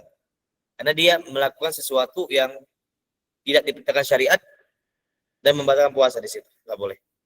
Atau berkumur atau istinsyak saat menyelam, ini juga. Sudah tahu nih. Ya, enggak disuruh begitu. Melakukan yang punya potensi, maka batal kalau enggak sengaja juga. Atau menyiram air untuk mendinginkan badan. Ini juga. Enggak sengaja kita nyiram air ke tubuh kita, masuk ke mulut tanpa sengaja. Dan cuma karena untuk mendinginkan badan doang, bukan karena untuk mandi biasa ya. Maka itu membatalkan puasa. Makanya hati-hati. Jangan sampai terminum air pada sesuatu hal yang enggak berguna kita lakukan. Karena dapat membatalkan puasa sengaja ataupun tidak sengaja. Kaidah kedua, membatalkan puasa jika dia berlebihan saja. Ya. Enggak sengajanya batal jika berlebihan. Yaitu jika air masuk saat berkumur atau istinsyak yang dianjurkan dalam wuduk atau mandi wajib. Misalnya, dia baru kumur-kumur yang kedua. Ya. Dia normatif saja kumur-kumurnya. Ketelan, maka enggak batal. Tapi kalau dia kumur-kumur kedua, lebay kumur-kumurnya. Kerannya di atas, mulutnya di bawah. Prrr, gitu suaranya. Ketelan nggak sengaja, maka batal. Kenapa? Karena dia melakukan sesuatu yang berlebihan. Berlebihan. Nggak boleh. balighul fistinsyak ila an takuna shaiman. Berusahalah, sungguh-sungguhlah ketika istinsyak kecuali dalam keadaan berpuasa. Yang ketiga, tidak membatalkan meskipun berlebihan. Itu saat berkumur untuk menghilangkan najis dari mulutnya. Misalnya di mulutnya banyak darah, baru keluar darah. Kumur-kumur, berkali-kali kumur-kumur, berkali-kali kumur-kumur, berkali-kali kumur-kumur. Qadarullah lagi proses membersihkan mulutnya yang berdarah, ketelan. Ketidaksengajaan, maka tidak membatalkan puasa. Tidak membatalkan puasa. Baik. Ini teman-teman bisa dipahami beberapa perbedaannya. Yang membatalkan secara mutlak, yang membatalkan secara berlebihan saja, dan tidak membatalkan meskipun berlebihan. Ada yang belum paham di sini? Ada yang tidak paham?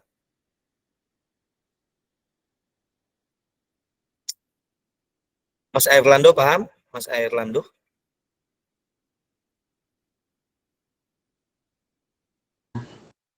Iya, paham. Cukup paham, Ustaz. Apa? Nggak dengar? Iya, cukup paham, Ustaz. Mbak Jelita Nesera, paham? Mbak Jelita paham? Mbak Siti Hamnum paham? Insya Allah Ustaz. Paham ya. Ini ada yang orang Korea nih. Mbak Indah paham? Atau orang Korea atau kagak? Baik. Yang lain paham ya insya Allah ya. Jadi intinya, ya Mbak Indah, paham enggak? Mbak Indah. Iya paham Ustaz. Alhamdulillah. Intinya ketika berpuasa itu hindari sesuatu yang berpotensi membatalkan puasa kita. Ya, berpotensi membatalkan puasa. Dan ini nggak berhubungan dengan air saja ya teman-teman ya. Kalau kita ya misalnya ya kita bilang apa ya? Ngelewatin air terjun nih. Ngelewatin air terjun. Ya, bukan masalah kumur-kumur doang. Lewatin air terjun nih. Kita tahu nih kalau ngelewat normalnya ini bakal keminum. Maka jangan lewatin. Jangan lewatin. Tuh. Hati-hati. Ini normalnya ketelan, jangan melakukan. Ya, ada apa, Ahmad? Mas Ahmad. Ini rongga maksudnya misalnya seperti mulut, hidung gitu ya Ustaz. Ada lubang yang masuk ke dalam, memungkinkan benda masuk ke dalam dalam badan gitu ya Ustaz. Rongga mulut, rongga hidung, mulut, telinga, mata nggak kemasuk ya kalau mau tamat.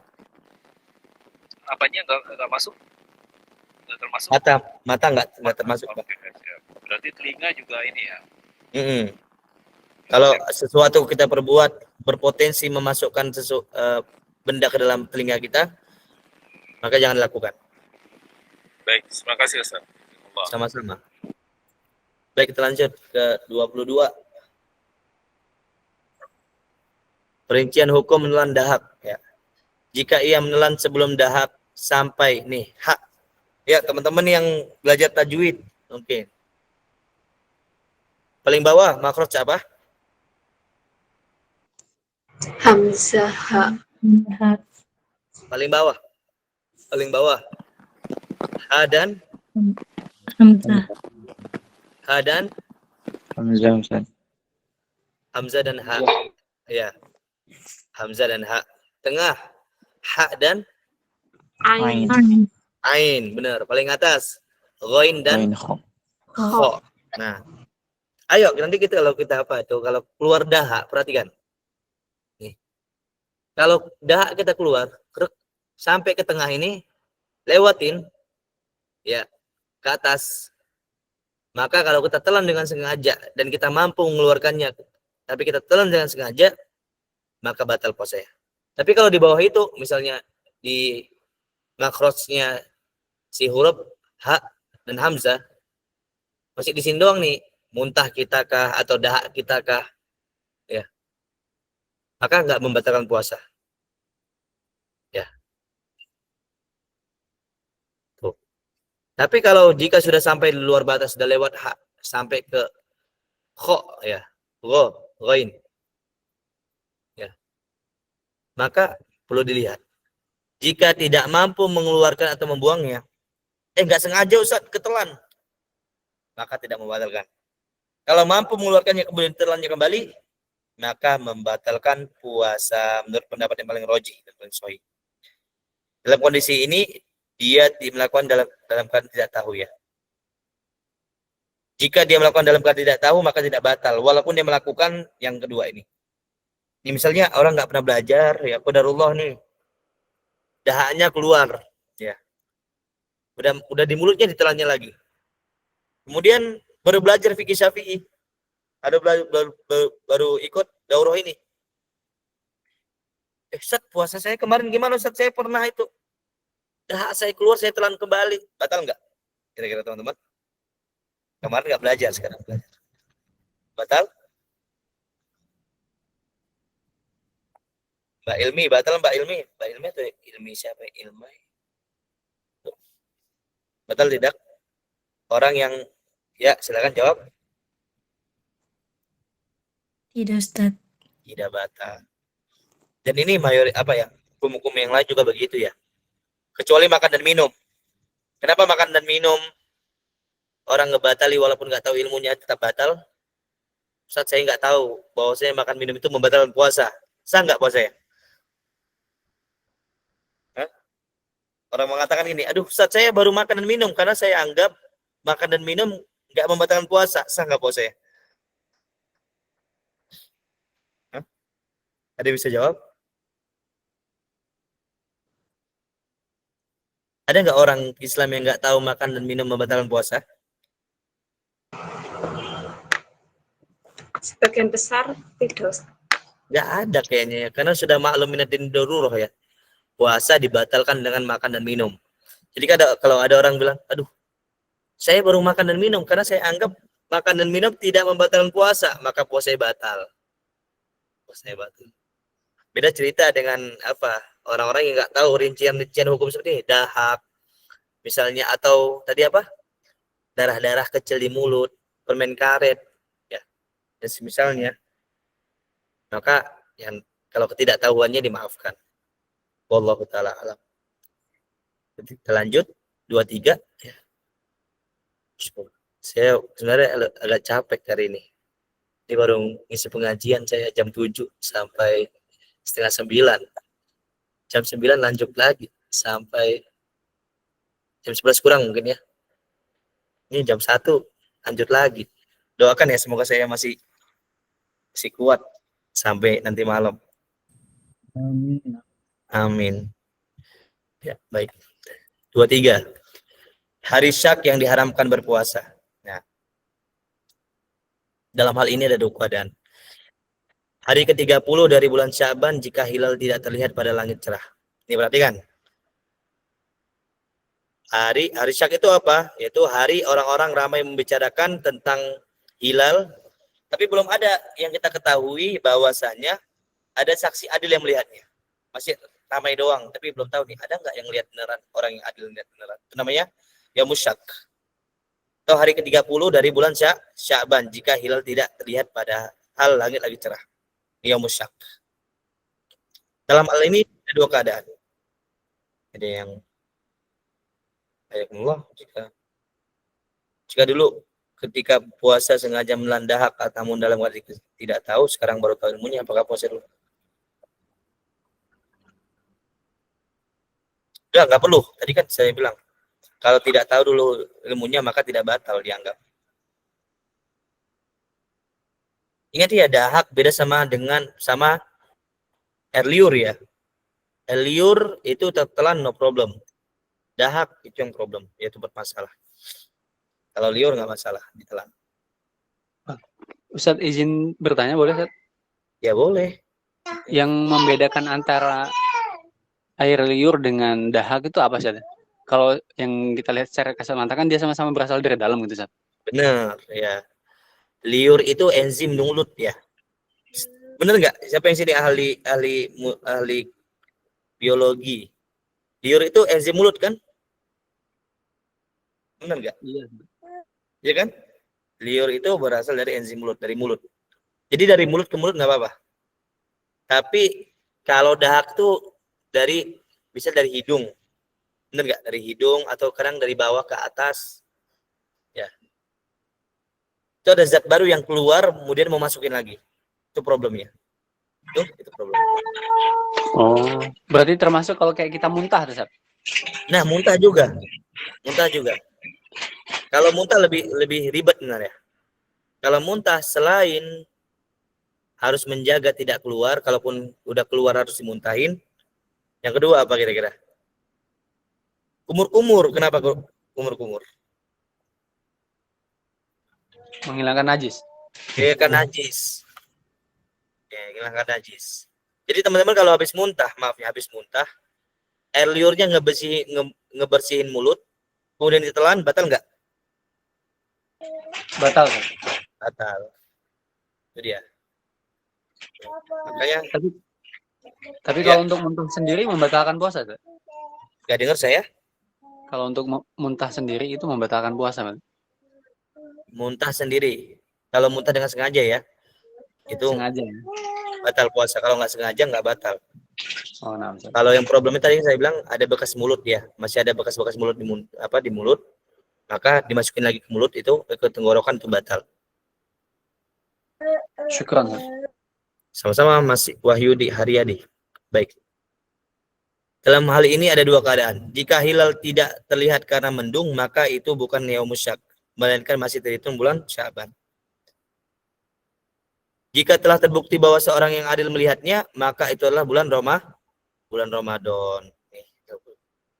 Kemudian keadaan kedua ya, adanya kesaksian melihat hilal dari orang yang persaksiannya tidak diterima, seperti perempuan, hamba sahaya, anak kecil, ataupun orang fasik. Maka ini kembali ke nomor 2 tadi. Masih ingat nomor 2 tadi?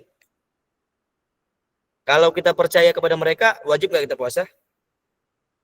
Wajib. Wajib. Kalau kita menduga-duga, hukumnya apa?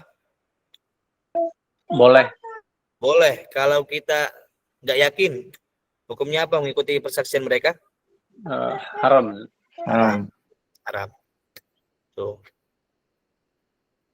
Baik. Lanjut. Dan puasa di hari Yaumus Syak itu haram ya? Haram dalam mazhab Syafi'i. Permasalahan 24. Bernadar puasa di hari yang ternyata bertepatan di hari Syak. Misalnya seseorang bernadar puasa di hari Senin depan. Ternyata di hari tersebut bertepatan dengan Yaumus Syak. Maka dalam hal ini nadarnya sah dan boleh ditunaikan. Ya.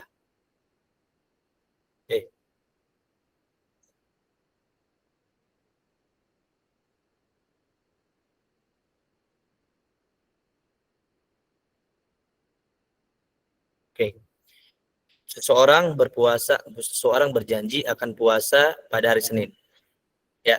Qadarullah, hari Senin adalah Yaumus Syak. Ya. Maka no problem, nggak masalah dia puasa di hari Senin karena sudah janji puasa di hari Senin.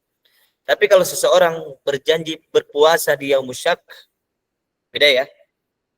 Beda nggak kasusnya? Pertama dia janji puasa di hari Senin, rupanya hari Senin Yaumus Syak. Itu boleh. Tapi kalau dia berjanji puasa di hari Yaumus Syak, hari Syak atau hari yang diragukan, maka itu nggak boleh. Maka dikatakan oleh Ibnu Hajar Al-Haytami dalam kitabnya Tuhfatul Muhtaj, walahu min ghairi karohatin, yaitu dibolehkan baginya berpuasa tanpa ada kemakruhan, yaitu puasa yang bertepatan di hari Yaumus Syak. Wan nadaru ya.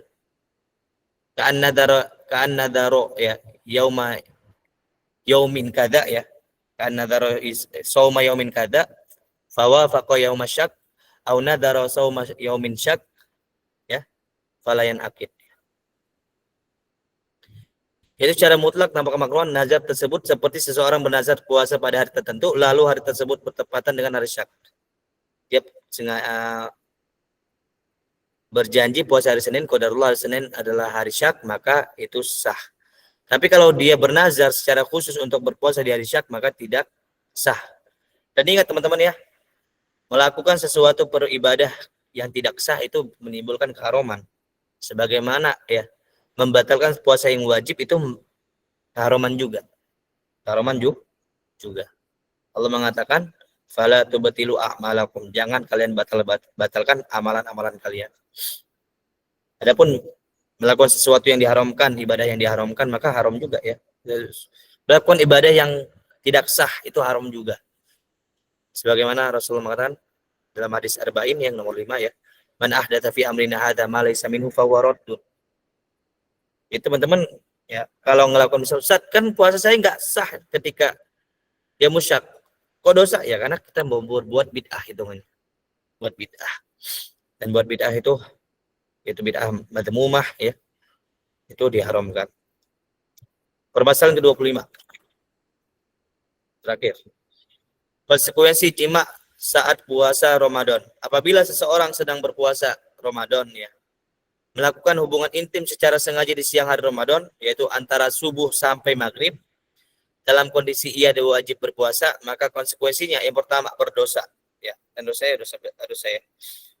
Dan membatalkan puasa itu dosa besar teman-teman ya. Yang kedua, puasanya batal. Berdosa, puasanya batal. Yang ketiga, imsak. Apa itu imsak? Tidak makan dan minum walaupun puasanya batal.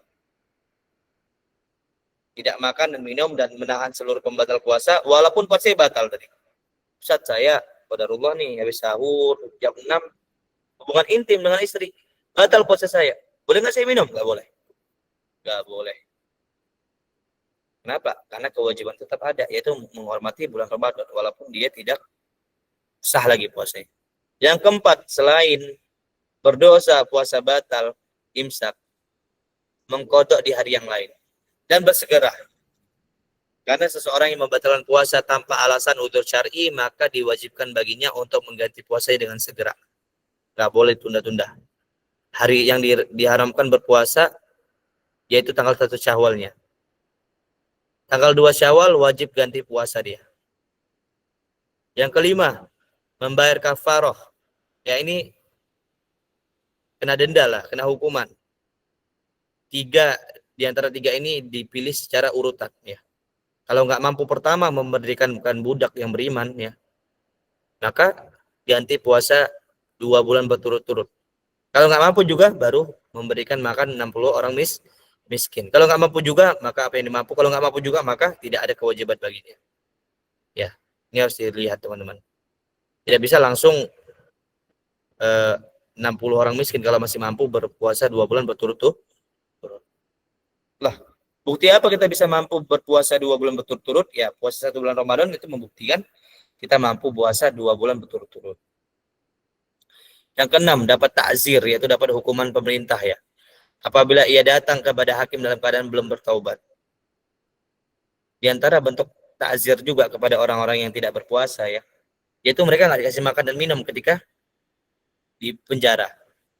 Misalnya, boleh nggak pemerintah menghukum seseorang nggak berpuasa? Boleh. Masuk ke penjara. Ngapain di penjara? Ya. Dikurung dan tidak dikasih makan dan minum sampai azan maghrib. Azan maghrib. Jadi ini 6 konsekuensi dari membatalkan puasa ya. Karena jima yaitu berhubungan intim. Ya. Mau kepada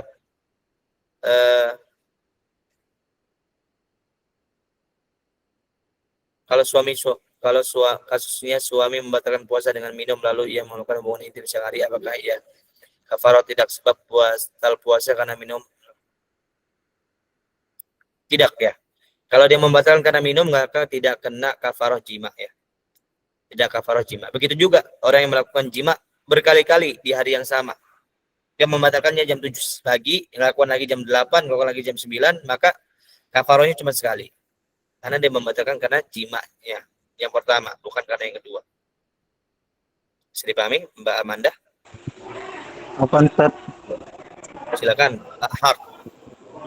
Ini Ustaz, kan tadi di antara kafaronya itu berpuasa 2 bulan berturut-turut. Apakah itu harus setiap hari Ustaz sampai full 2 bulan? Misalnya ada suatu hari dia nggak puasa di bulan pertama gitu, apakah dianggap batal atau ngulang lagi begitu Ustaz? Kalau dia nggak puasa karena udzur, sakit misalnya dan misalnya ya, udzur puasa sebagaimana biasa. maka dianggap bisa berlanjut. Misalnya, saya udah puasa 20 hari Ustaz, di hari ke-21 saya sakit, di hari ke-22 saya sakit. Saya bisa puasa dari 23. Maka masih hitungannya masuk ke 23. Tapi kalau ada orang udah berpuasa 20 hari, di hari 21 dia batal puasa atau sengaja tidak puasa, maka hitungannya kembali ke nomor 1 lagi. Kembali ke hitungan 1 lagi. Bisa dipahami? Konsep. Oke, baik. Izin nyambung, Ustaz. Nyambung ke mana nih? Di Silakan. bagian yang kafaroh, Ustaz. Itu kan secara urutan dia ada merdekakan budak gitu kan, sampai beri makan orang miskin. Kalau merdekakan budak kan udah nggak mungkin sekarang ya, Ustaz.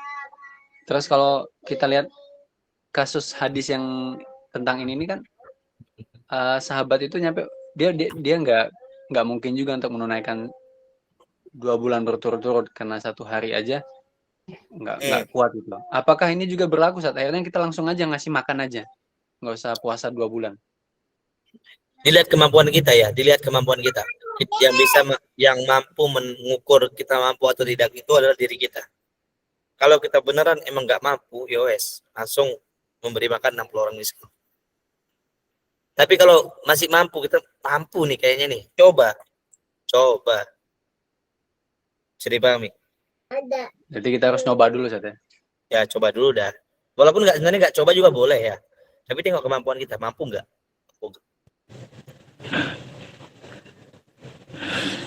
Ya, silakan Mas Sahrul mau bertanya, Mas Sahrul. Ya Ustaz, mungkin lanjut ke pertanyaan yang tadi juga untuk membayar kafaroh ini kan. Jadi ini jenisnya dia wajib mukhayyar, ya ada pilihan atau dia jatuhnya nanti muayyan Ustaz? Di sini wajibnya bukan mukhayyar ya. Mukhayyar, tapi mukhayyarnya itu harus berurutan. Kalau nggak bisa yang atas baru ke bawah. Kalau nggak bisa ke bawah baru ke bawah lagi. Ya. Jadi berurutan harus turun dia. Nah Ustaz, kalau saya nggak melakukan semuanya, bagian mana yang saya berdosa? Yaitu bagian yang paling kecil. Yaitu di sini. Dosanya di sini. Ustaz, kalau saya kerjakan 3-3, bagian mana saya dapatkan? Pahala mana saya dapatkan? Yaitu pahala memerdekakan budak. Ya. Ingat secara urut ya. Kalau nggak mampu memerdekakan budak baru berpuasa. Kalau nggak mampu baru memberikan makan orang miskin. Mukhayyar, tapi mukhayyarnya harus murattab, harus berurutan. Paham Mas Sahrul? Ya Ustaz, jazakallahu khairan. Apa Ustaz? Tanya lagi Ustaz. Ya. Apa ini kenapa banyak yang nanya masalah ini? Ini sering ngelakuin atau apa? Bukan Ustaz. Banyak nggak paham Ustaz anunya, masalah kafarohnya Ustaz. Ya, ini kan silakan. zaman kita kan sekarang sudah nggak ada budak Ustaz, berarti langsung ke berpuasa aja Ustaz, nggak ada pilihan kan sebenarnya? Nggak ada pilihan nomor 1. Ada mulwuku ya, ketidakadaan budak zaman sekarang. Tapi jangan pakai istilah bahasa apa ya, bahasa Malaysia ya. Membebaskan budak, anak-anak, jangan juga ya. Anak-anak yang di penjara dibebasin, nggak juga begitu. Nggak pakai begituan istilahnya. Paham ya Mas namanya Hart emang. Hardiansyah Ustaz. Hardiansyah, saya kira namanya emang sulit ya, sulit. Baik. Oke, mungkin 5 menit lagi ya. Ada lagi mau tanyakan? Afwan. Silakan. Kalau misal kita di bulan puasa bercumbu aja, kadang-kala ketika bercumbu itu keluar nazi gitu Ustaz, apakah itu membutuhkan puasa juga? Kalau bercumbu ya, kalau ciuman selama nggak tertelan air liur pasangan kita, ya maka nggak batal. Keluar madi nggak batal ya, yang keluar itu istimna ya, itu mengeluarkan mani, nggak keluar.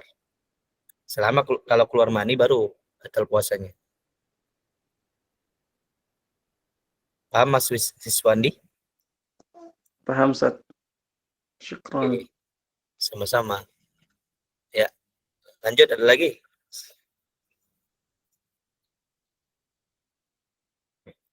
Ada lagi? Kalau tidak ada, mungkin saya tutup ya. Saya mau istirahat dulu sebentar.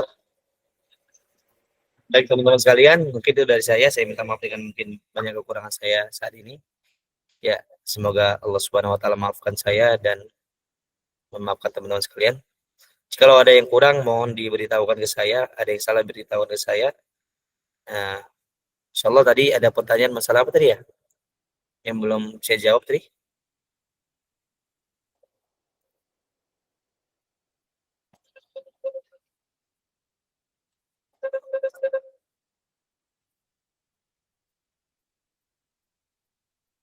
Baik. Itu dari saya, teman-teman sekalian. Kita tutup dengan doa. Insya Allah Ta'ala sebelum itu, insya Allah besok ada dilanjutkan ya dengan Ustadz yang lain. Ustadz Rizky Ramdhani ya. Saya Rizky Mahdani. Itu lagi Rizky Ramdhani. Pekan depan Ustadz Fandi dan Ustadz Irfandi. Jadi beda ya. Rizky Ramdhani, Rizky Mahdani, Fandi, Irfandi. Beda-beda. Baik. Baik, kita tutup dengan doa kafaratul majlis. Subhanakallahumma wa bihamdika. Asyhadu an la ilaha illa anta astaghfiruka wa atubu ilaik. Assalamualaikum warahmatullahi wabarakatuh. Waalaikumsalam warahmatullahi wabarakatuh. Syukran wa jazakallahu.